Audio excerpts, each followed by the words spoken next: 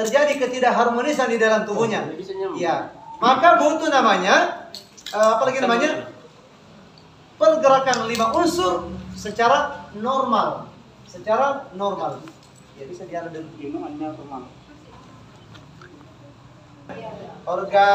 Organ tanah itu limpa atau lambung.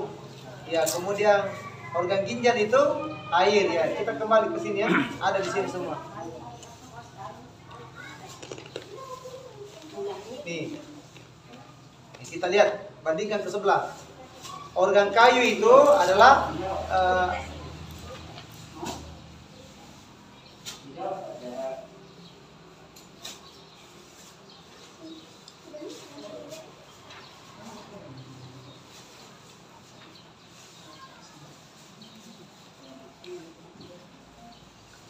ini.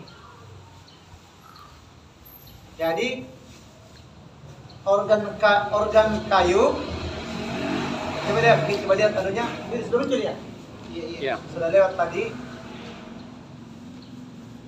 Bukan. Kembali dulu ke awal ya. Ini.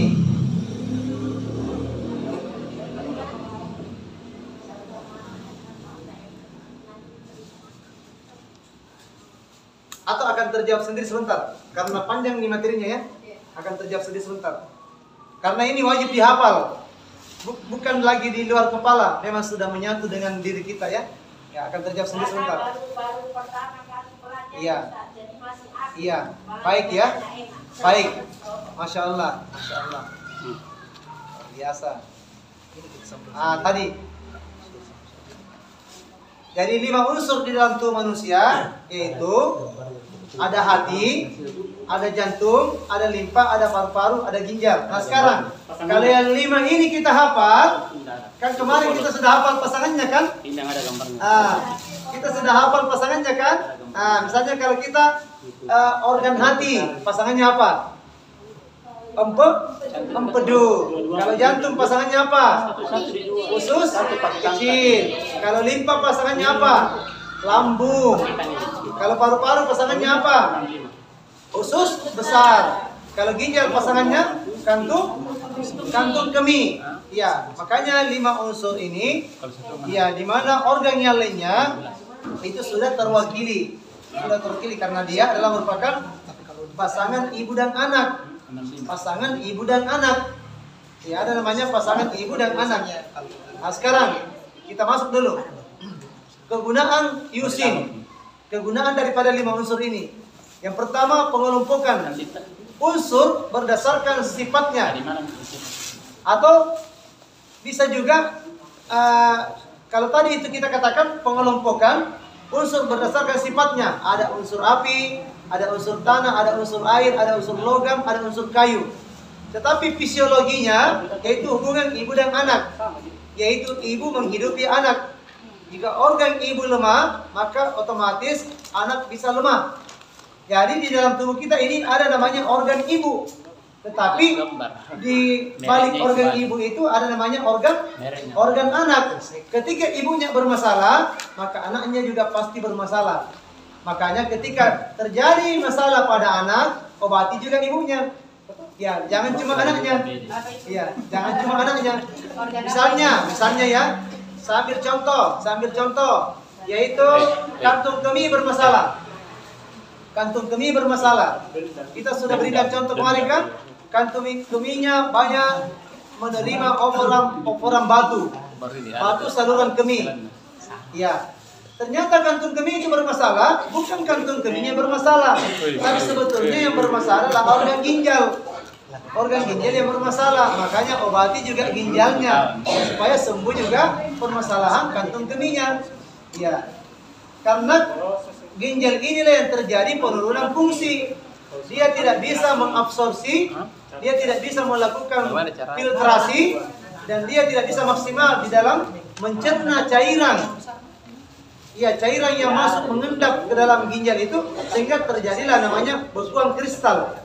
Karena dia terjadi penurunan fungsi di situ. Nah, akhirnya terjadilah tumpukan kristal, jadilah batu. Kemudian bukan cuma organ ibu ini yang ginjal ini yang bermasalah. Sebentar masalahnya akan merembes ke kantung kemih. Ya, merembes semuanya.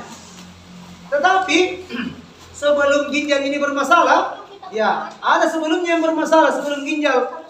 Karena ginjal ini hanya menerima beres apa yang sudah dilakukan oleh usus. Iya, apa yang sudah dilakukan oleh usus, ususlah yang akan mencerna makanan. Tapi ternyata di usus juga ada masalah. Ada terjadi penurunan fungsi, dia tidak bisa mengabsorpsi secara normal makanan tersebut, maka dia merembes juga ke ginjal juga. Iya, makanya di sini kita katakan tadi satu kesatuan yang tidak bisa dipisahkan antara satu dengan yang lain. Makanya TCM itu pengobatannya holistik, dia menyeluruh. Iya, dia holistik, bukan cuma kepada keluhannya saja, tetapi yang dicari adalah penyebabnya apa. Apa penyebabnya sehingga muncul keluhan ini? Ya, kita teruskan dulu. Ada namanya hubungan fisiologi, hubungan membatasi. Hubungan membatasi. Hubungan patologi, ibu kena, anak kena. Penyakit anak menular ke ibu. Ya, penyakit anak menular ke ibu. Hubungan menindas dan juga hubungan menghina. Sebentar kita akan terangkan ini. Apa maksudnya ini? Ibu kena, anak kena. Ya, kemudian ibu yang kena, anak juga kena. Hubungan menindas, hubungan membatasi. Kemudian hidup, hubungan saling menghidupi. Diagnosanya, ya tentu diagnosanya di sini harus ditunjang dengan 4 cara pemeriksaan tadi. Yang mana itu 4 cara pemeriksaan? Ayo, 4 cara pemeriksaan. Yang pertama dengan meraba. Yang dimaksud dengan meraba adalah nadi. Kemudian yang kedua dengan melihat. Yang mana itu melihat? Yang melihat itu lidah dilihat. Ya, kemudian matanya dilihat, kekuning-kuningan matanya, lidahnya di situ. Ternyata pinggiran-pinggiran lidahnya itu seperti gergaji. Ya, seperti bagian punggungnya buaya. Oh, ada masalah di sistem sirkulasi darahnya, di jantungnya. Kan ada semua letak-letaknya itu kan? Ya. Kemudian dengan melalui pembauan. Ya, pembauan atau penciuman. Artinya jarak beberapa senti dari klien itu kita sudah bisa merasakan, oh ini baunya kurang sedap, misalnya ada bau-bau lain dari mulutnya, dan ada bau keluar, oh berarti ini kita sudah bisa memperkirakan, oh ini masalahnya di lambung, karena ada begini dan begini. Itu seorang praktisi TCM, ya praktisi akupresur itu akan mengetahui. Ya, dia baru bertatapan mata, dia baru mendengar suaranya, oh suaranya kecil, lemah, berarti dia orangnya yin, lemah. Tapi kalau baru ditanya siapa namanya Pak, langsung suaranya besar. Nama saya ini. Berarti dia yang.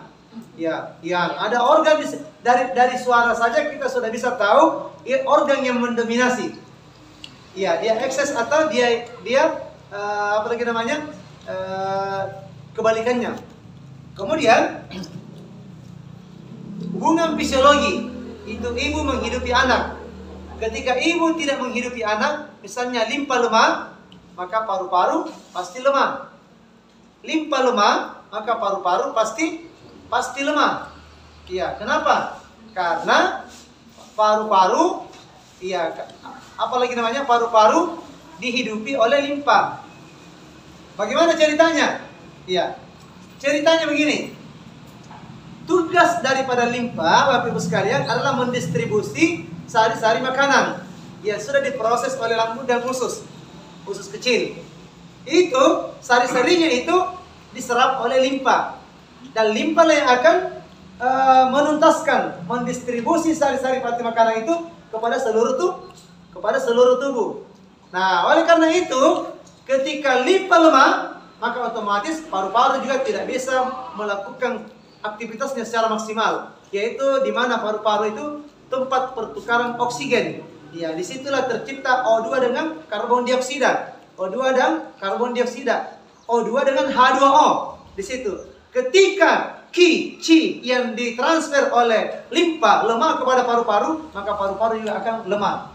Ya, paru-paru juga akan lemah. Ya, makanya itu dalam akupresur, kenapa selalu diambil itu semua? Ya.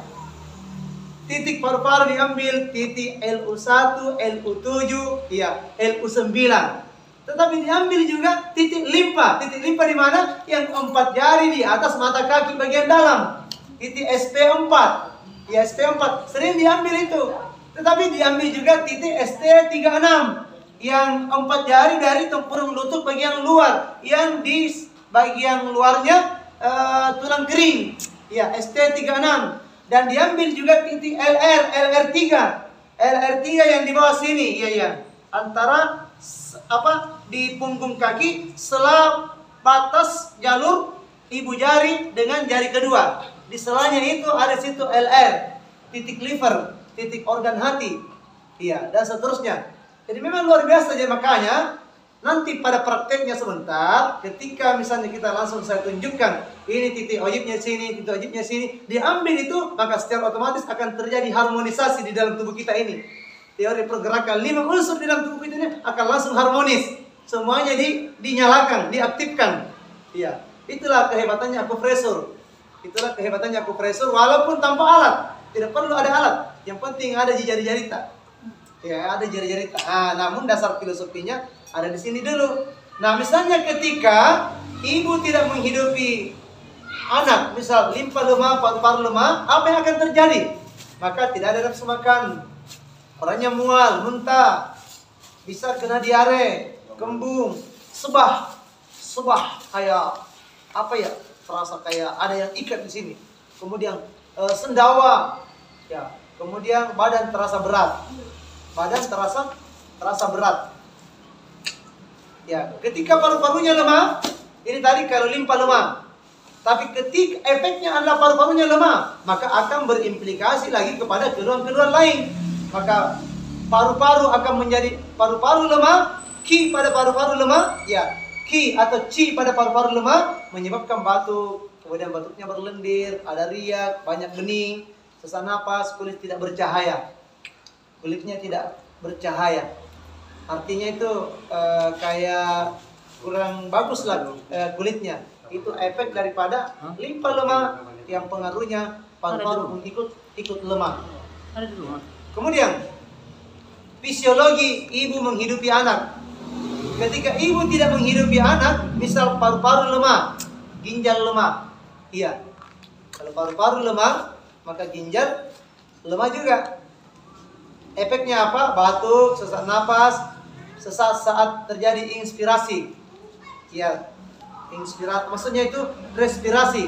Kan paru-paru itu kan sebenarnya dia bergerak juga. Iya, tempat terjadinya pertukaran oksigen. Maka pada saat orang bernapas begini, maka itu napasnya itu terasa berat. Napasnya terasa berat. Ya, kenapa orang yang gagal ginjal? Pernah melihat atau mewawancari orang gagal ginjal? Itu susah bernapas. Ya. Susah bernapas. Apa sih hubungannya ginjal dengan susah bernapas, sesak? Saya beberapa kali menganamnesa orang yang gagal ginjal. Ternyata orang gagal ginjal itu susah bernapas, berat. Iya. Padahal yang bermasalah hanya ginjalnya, karena di situ ada saling menghidupi ibu dan anak. Iya. Makanya paru-paru di sini